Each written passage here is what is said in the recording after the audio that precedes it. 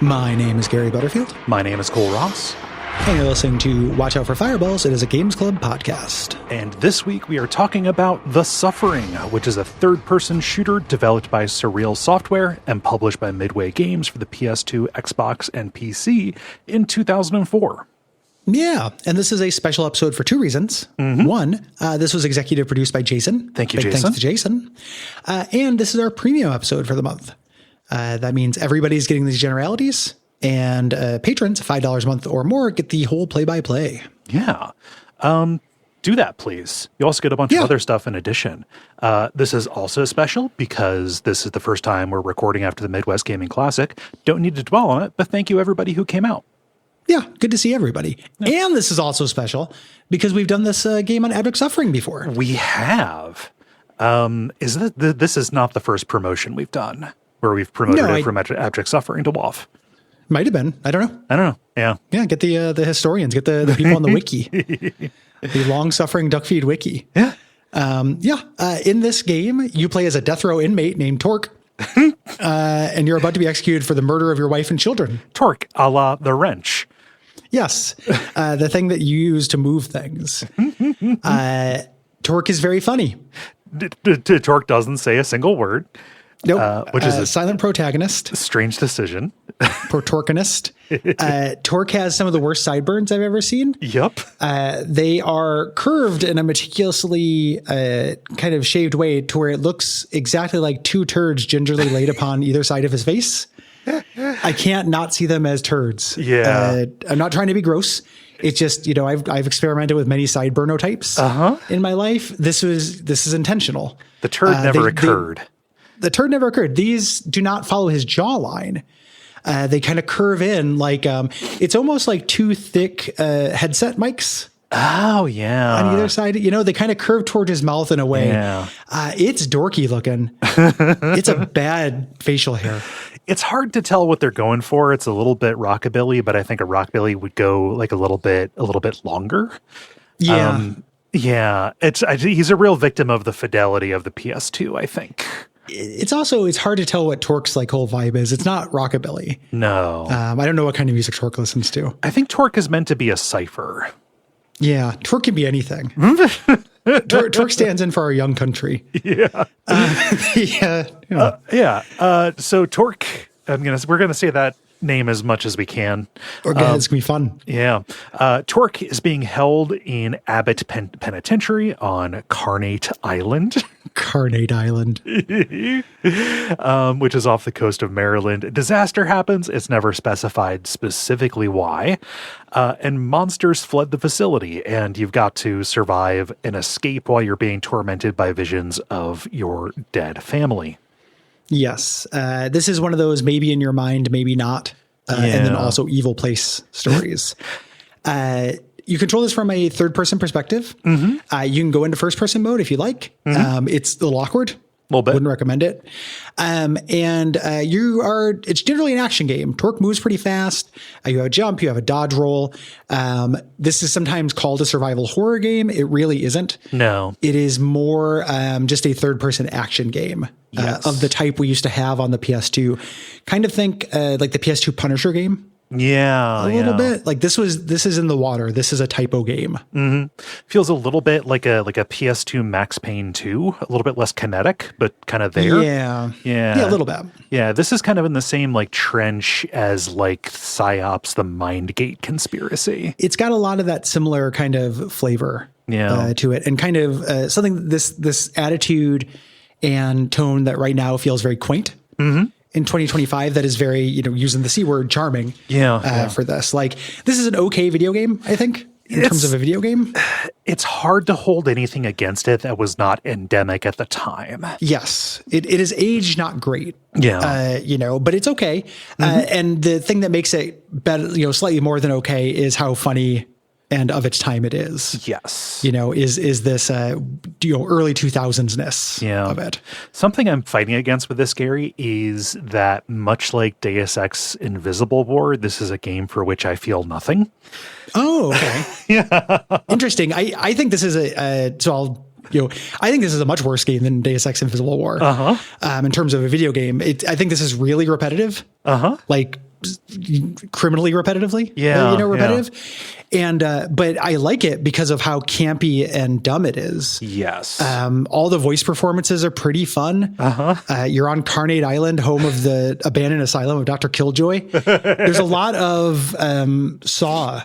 Like, the abandoned mannequin factory on Stygian Avenue kind of vibe to this that I think is funny. Yeah.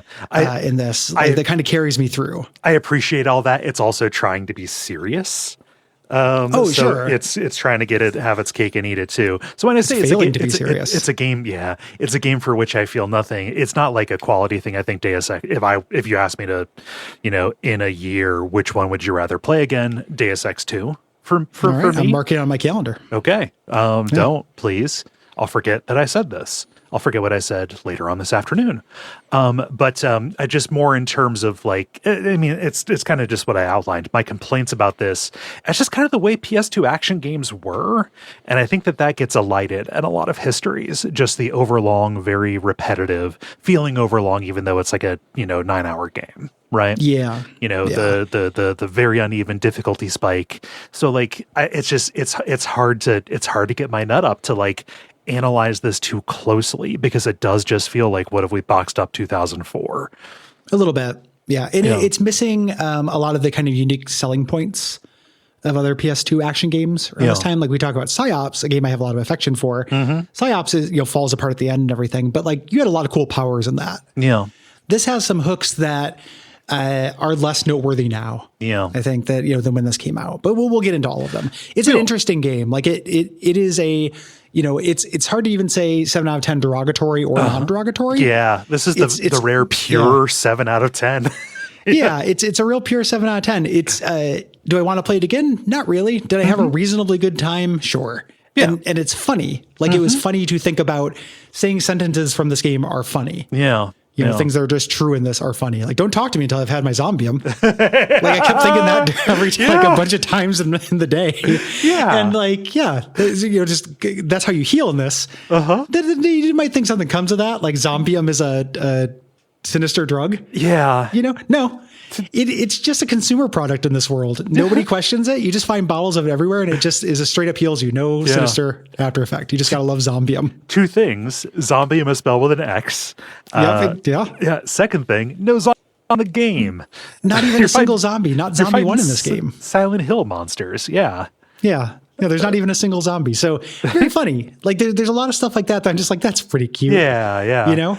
It's so you get guns, you get the regular assortment of guns. There's rapid fire, there's the shotgun, there's a goofy gun in there called the Gonzo gun that shoots eggs. That's pretty fun.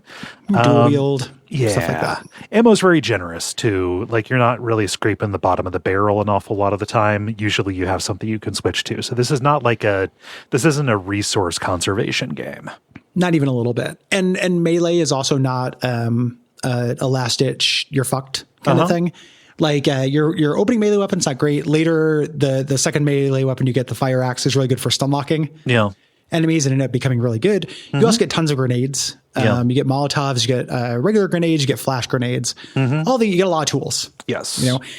And you're mostly, you do fight other inmates and guards sometimes, but generally you fight these demons in this, which are called malefactors. Yeah. In this, these are monsters, like you said, Silent Hill monsters based on different methods of execution. Yeah. Through here. I think the monster designs in this are pretty cool. Yeah. Yeah. Like, I like that. Uh-huh. These are ways we can kill somebody. Here's the way they might come up as a monster. Some of them are really good. Here. And you can find in-game journals. It's very funny. Consuela, the wife of a guard, dutifully tells you about places here. And then like an old prospector guy tells you about the monsters, and you meet him later and it's great. Yeah. He's written a monster manual for you. He has. Yeah. I like those little lore bits in there. Like whenever it's hit or miss, but whenever I saw the little update, it's like, oh, I want to go see what this thing's deal is. Yeah. Right. You get a cool little drawing of them and stuff. It's pretty neat. Yeah. And there's a pretty large variety of enemies here. Each one requiring different tactics, but it's not quite there on 2 levels, I would say. Like you have here in the note that some of the gimmicks are bad. Yeah. Agreed with that. Like the burrowers can suck my dick. Hate that. I hate them. The fire girls from the end can absolutely choke nut. Yeah. Yeah. Like they can suck the grung. That works for me. Those things suck. The other thing is there's not, other than a couple of specific things, there's not really like very strong encounter design in this. No.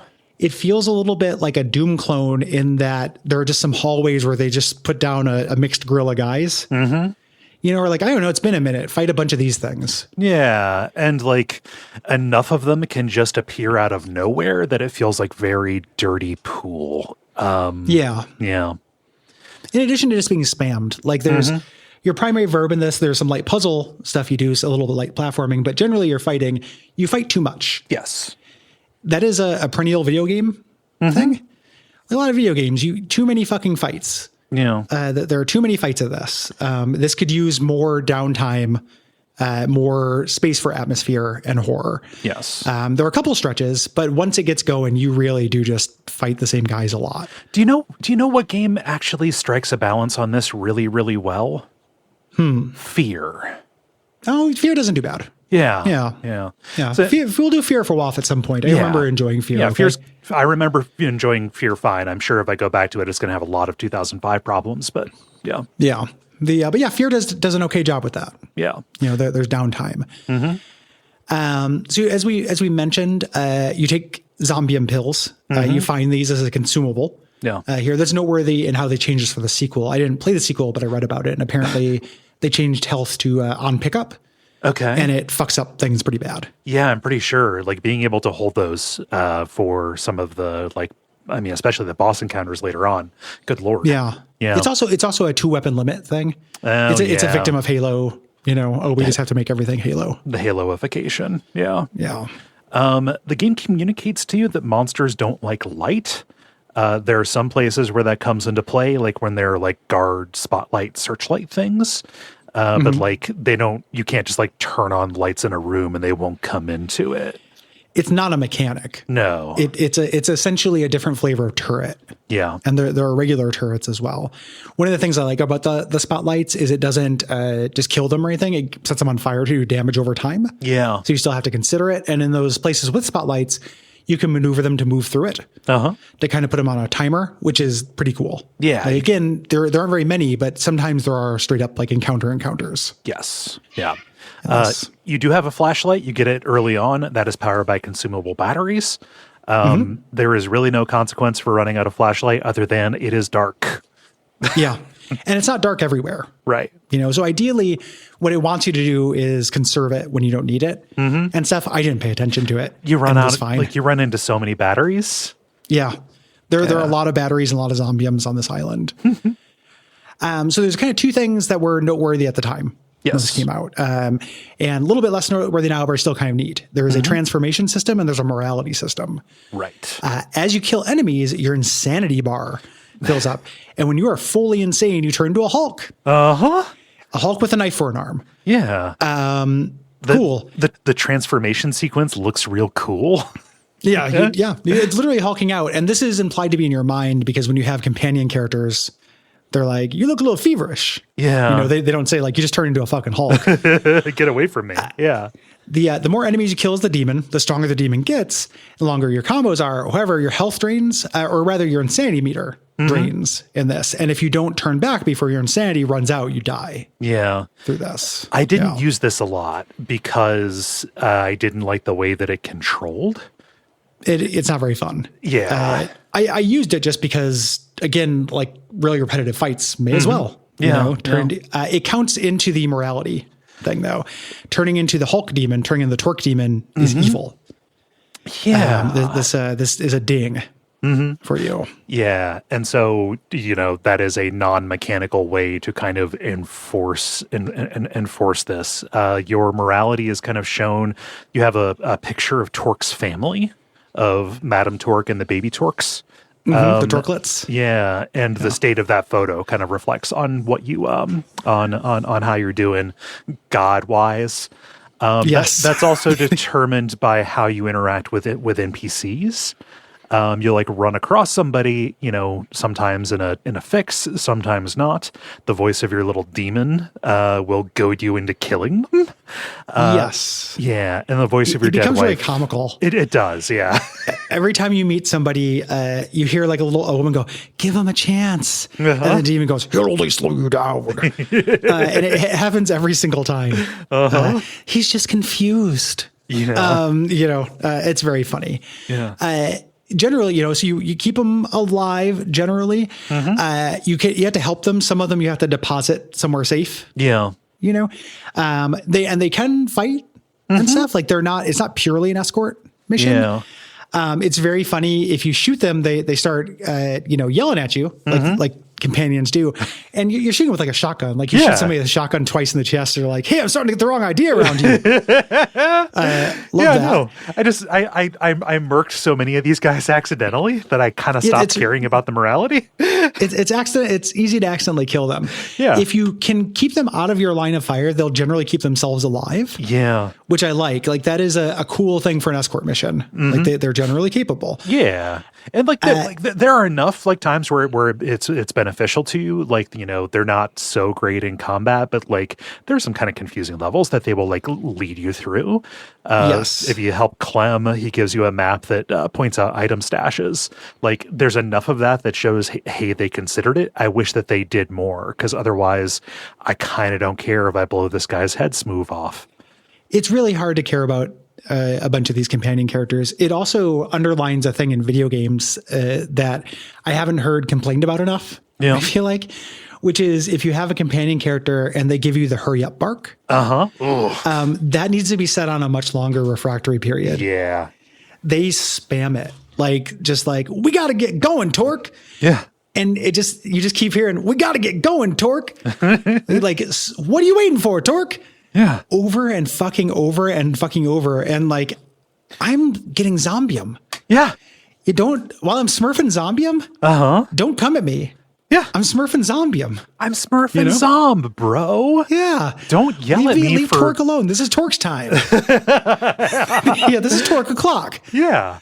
What am I doing? I'm trying to explore this level that you put in front of me. Fucking stop. Yeah, stop yelling at me. Yeah. It's the reason why Night Rain won't work. Yeah. I hate being hurried along when I'm trying to explore. Stop doing it. Yeah.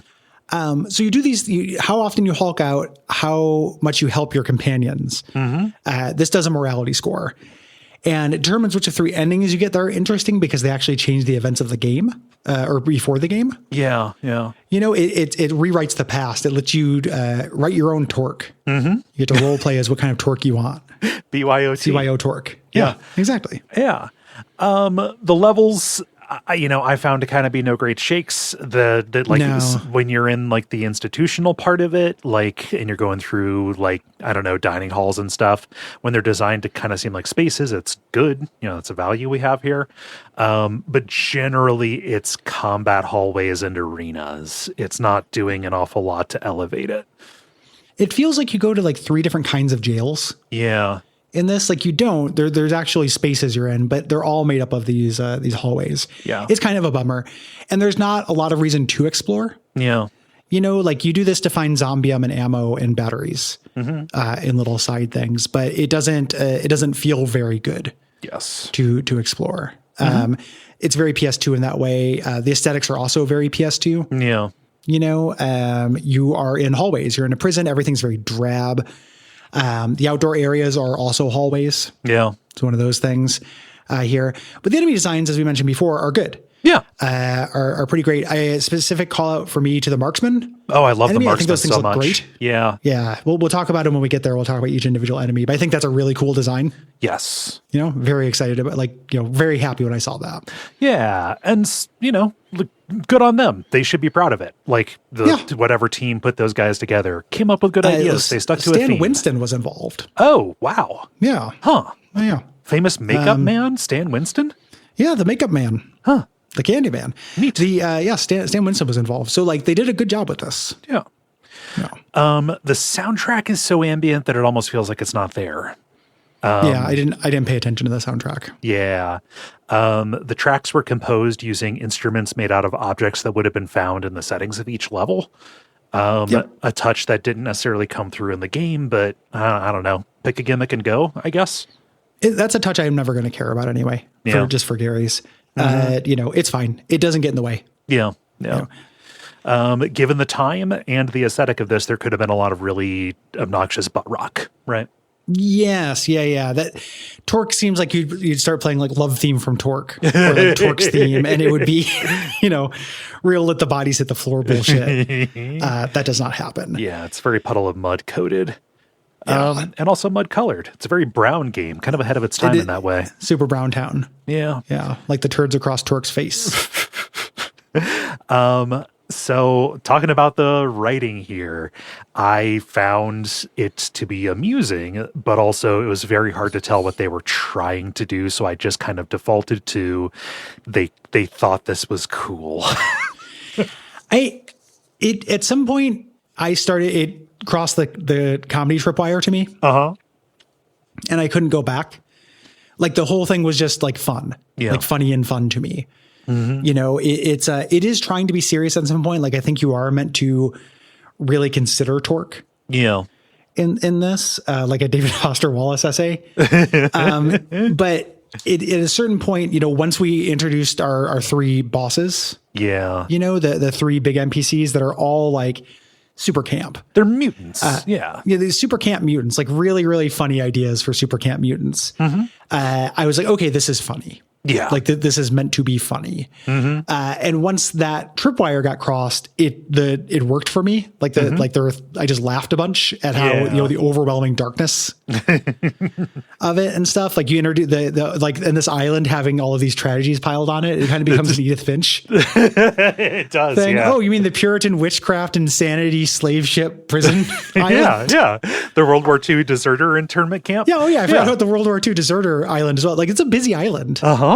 And it's just a real the cheap real estate because of something horrible that happened there, and people just kept buying it. Yeah, but then they talked about we were inspired by The Shining. It's like I don't know, man. That is the effect, and I laughed at it plenty. But then you read them talk about it, and it's like they felt like they were doing something profound. I don't think they thought it was meant to be funny. And when you read about the sequel and stuff, you can tell that, it was serious. Yeah. I can choose how I take the art. True.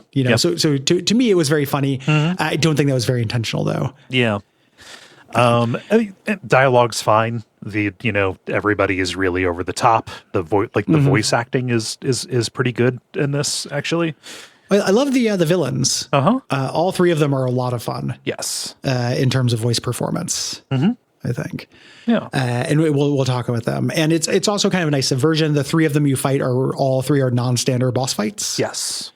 Which that is a thing I'll give this credit for in terms of its coterie of PS2 era action games of taking not solving it because none of the three of them are really fun, but they're not what you expect for this type of game, which would be a bullet spongy enemy you stand and exchange bullets with. Yes. Yeah. There's one of those, the first boss against the commanding officer or whatever. Yeah. Yeah. But these three mutants are all weird puzzles. Mm-hmm. Yeah. That stands to its credit.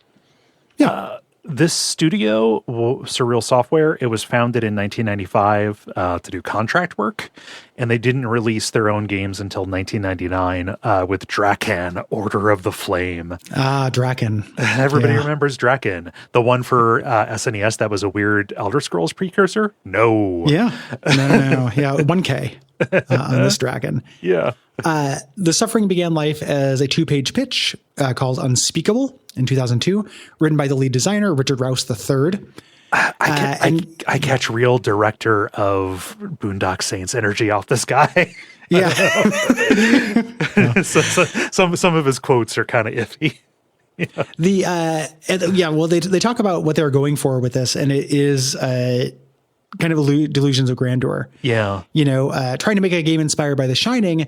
And the original pitch for this as a video game was the idea of having the kind of action combat of Devil May Cry with the storytelling of Half-Life and the survival, the horror elements of, I can't remember the third game they referenced. Resident Evil, I think. It was like Resident Evil, Devil May Cry, Half-Life. Yeah. Was kind of the idea.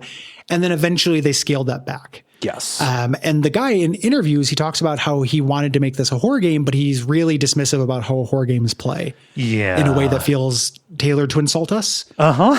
He was like, oh, I don't want the camera, fixed camera angle and tank controls and all that clunky stuff. And what he made instead is like a fairly generic, like if you put a skin on this could be one of the army men. Oh, this could be like Army Men, Sarge's Revenge. Uh-huh.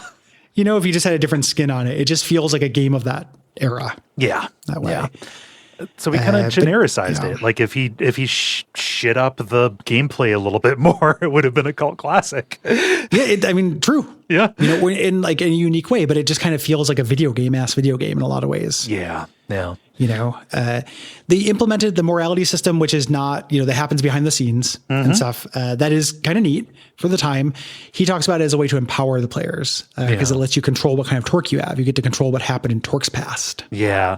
He does call that something altogether unique in games. It wasn't at that time. No. So, hey, buddy, come on. Relatively rare for the platform. Yes. Platform and genre. Yeah. Yeah. So the early buzz on this was good. They showed it and everybody was like, oh, this looks real neat. I remember kind of being excited for it. And Midway did something that is unheard of. I don't know that I've ever seen a studio do this in all the games we've covered on here. They're like, oh, there's enough positive buzz on this that we're going to push back the release to give you time to make it count. Yeah. Yeah. It's odd for a publisher. That happens from time to time. That just happened with Bloodlines 2. Yeah. Now. Yeah. But it's rare to see a publisher do that. Yeah. It's like they didn't need the extra time. It was like, okay, well, let's, go back and polish this up as much as we can. Yeah. Let's add some sugar to it. Yeah. And to good effect. Released to pretty good reviews. It's got high 70s on Metacritic. Considered a commercial success. Considered a little bit of a cult classic as well. Yeah. This game has a pretty big fandom. Mm-hmm. If you go looking for it, there are a lot of people who, for them, this is their mercenaries or psyops. Yeah. Those games are to me. If this hits you at that time, this could be something you have a very soft spot for. I can also see this being somebody's first exposure to the ideas here. We talked about that hypothetical person, a lot of the, pretty frequently, but it's they never played a horror game, but they came into this because they heard it was a third person shooter, right? Yeah. And even down to subcategories of horror. This could be the first exposure to the trope of your trauma creates monsters. Yeah, yeah. That you fight, or you are in an eldritch place that is bringing out the monster and everything. And, this could be a trope kit. Yes. For somebody in a way that would be very effective. Mm-hmm. There's going to be a film adaptation. This was announced. It fizzled out pretty quickly. Yeah. Nothing came of that. A little bit odd. It does feel like, this could have gotten a, late 2000s movie. Yeah. No problem. I just think that Midway wasn't in any position to shepherd that along. Yeah. More than likely. Would have supported it, but yeah, they needed the money. Yeah.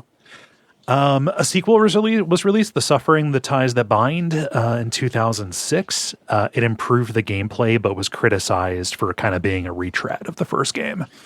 It's the improved gameplay is really interesting within the fandom. This is one of those games that people take this seriously enough to really think that the gameplay in the first one is better. Okay.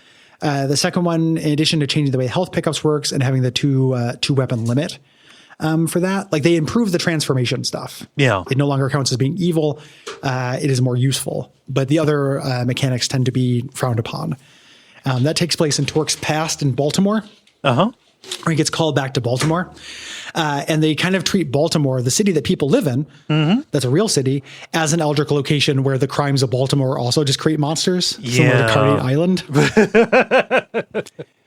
This is also known as season 6 of The Wire, where they do something similar. To that. I don't know. And just like, oh, McNulty's not really around, so let's bring in Torque.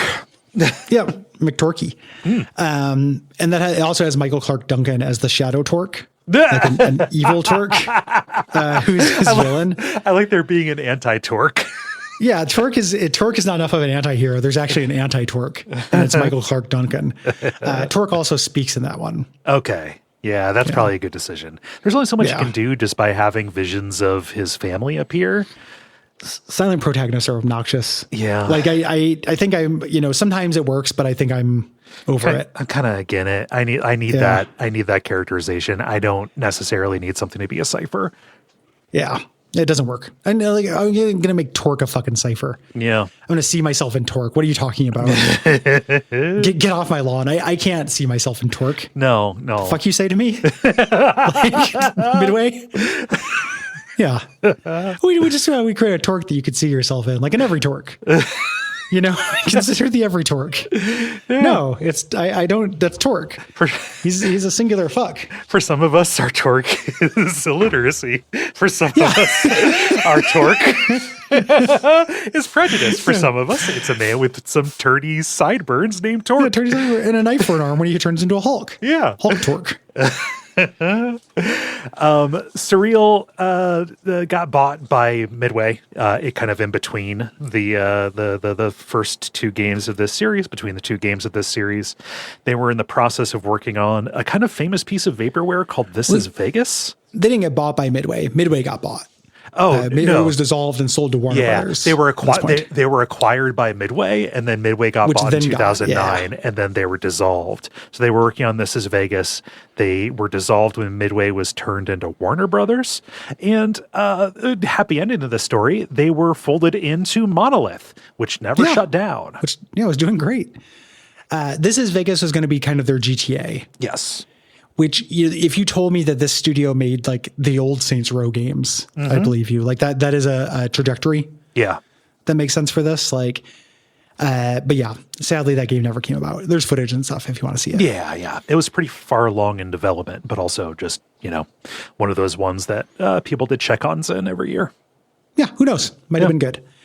And sadly Monolith shut down. So we have no idea. And we don't know who from The Suffering was still working. No. Or anything like that. So we don't know what the future for The Suffering might have brought. Yeah. Here. It's one of those things where if you're a Suffering fan, weirdly enough, there's just a bunch of other games you can play. Yeah. Like that Coterie. I don't know how we'd address it, but there is just a handful of games like that. Mm-hmm.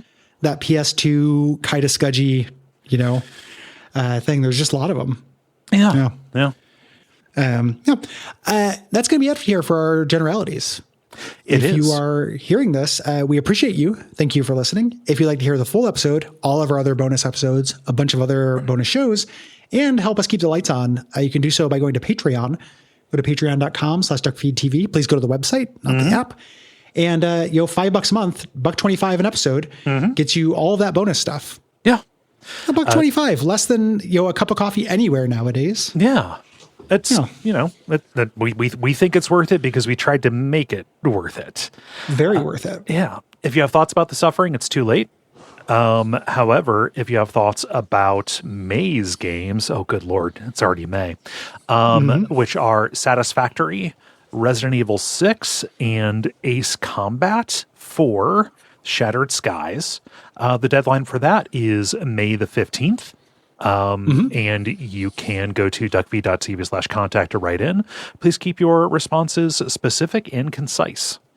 Yeah, we'd appreciate that. If you can't do that, you can also leave us ratings and reviews. Tell your friends. And we don't advertise. That is how we, how we get more people to listen to the show, which is also how we keep the lights on. And that is, we appreciate you doing that.